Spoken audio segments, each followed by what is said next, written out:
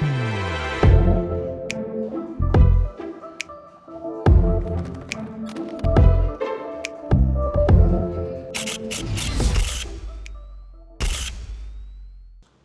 everyone, welcome back to the channel. I am sitting here in my studio and I thought I'm waiting for my client, and I just thought it'd be a good chance to kind of just explain why I decided to go ahead and sign a lease for a studio. I am exhausted, just came back from a long weekend trip to watch a football game in Indiana. I've had little sleep, running on about 3.5 hours of sleep right now. Just absolutely tired. And stupid me, I decided to go ahead and schedule a photo shoot the afternoon of the following day that I got back. So I'm like, I shouldn't have done that, but it doesn't matter. The studio space. So you've now seen 2 videos from the studio that I have signed the lease for. And so I just want to give you a little bit of information about this studio space. So I've used a downtown studio over the last 2 to 3 years, probably 2 years. And every time I would use it, I would have to book it in increments of 2-hour time slots.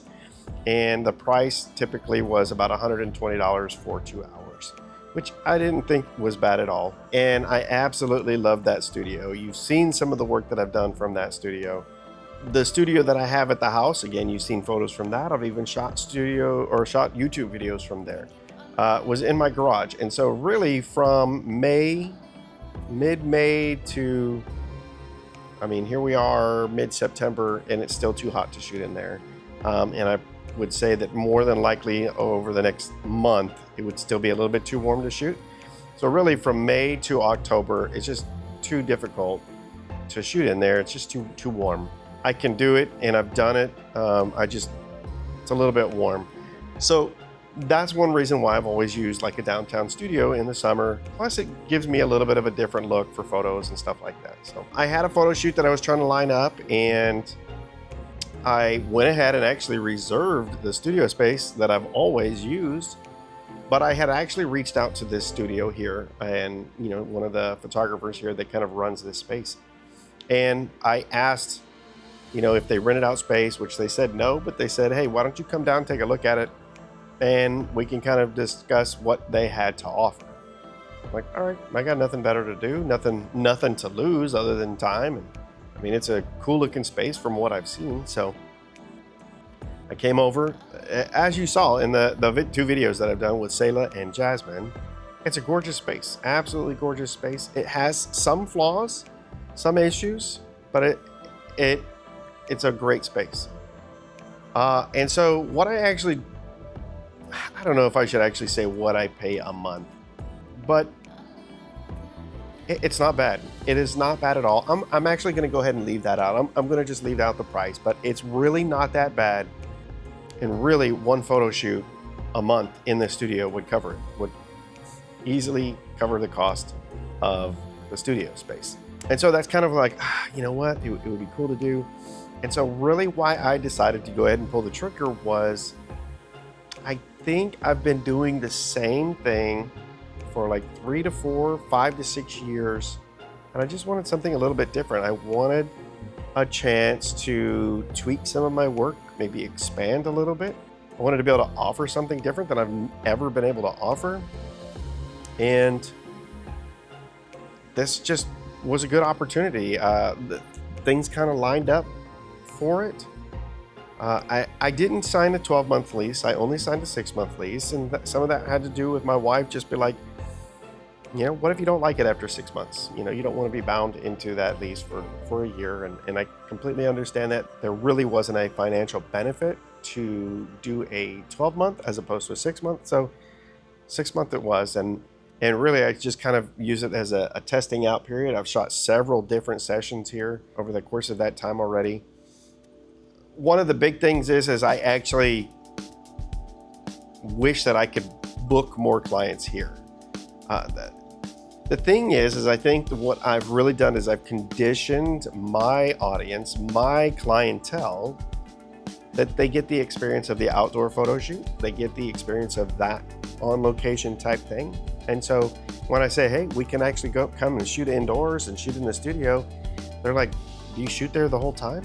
I'm like, yeah, you literally have like probably 5 or 6 different concepts that you can actually shoot. And so kind of educating the audience, educating the client is a little bit of a growing pain, and not something that I think I'm going to fully resolve over 6 months. So I don't know that I'll extend the lease, but I absolutely love shooting in here. And I'm going to get to kind of use this through the winter, and so it's going to give me an opportunity to shoot in here. There's 7 other photographers in San Antonio that can even use this space. We don't rent it out based off hourly time. We only rent it or lease it to 8 photographers in San Antonio. So it's kind of exclusive that way. Again, there's not many, that means there's 8 photographers here that are going to even have a space to shoot like this. Of course, you can always create different looks, and different studios have different looks and all that. But that's kind of the idea. That was my thought process behind it. The other thought process is, and this has kind of been something that my wife and I have been in the background trying to figure out and do, and we're still looking, is we are looking to buy land in the area. And if we do, the idea is to put or build a studio on it. And what I'm thinking is this size space that I'm renting here is really the size that I would want. So this is actually giving me a really nice test run. I can see what I like about the studio. I can see what I dislike about the studio, what I should change, what I can incorporate, how can I set it up better, how could I bring in clients, that type of thing.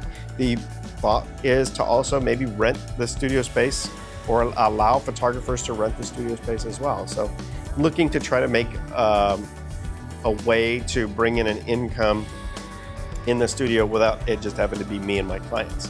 So that would be kind of interesting. So far it's been fun. I absolutely love it. Today it's again middle of September. It's a little bit warm outside, and so we're shooting indoors, and we're gonna do like a birthday themed shoot. And you know what?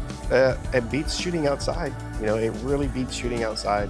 One of the cool things that really stuck with me when I was talking to the 2 photographers here, basically they were kind of not an interview, but a kind of get to know each other type thing. And she said the only thing limiting about this space really is your own imagination. And I thought, man, that's pretty cool. That's actually pretty powerful, and that's challenging. And I think that's what it boiled down to is I wanted a little bit of a different challenge to see what I could do in this space. There's only so much you can do, but then there's so much you can do, if you know what I mean. You've got 4 walls. You can't use all of the space because you've got stuff, you've got like a little storage area and like a little changing area, so you can't really use like one corner. But you've got this beautiful brick wall over here with limitations.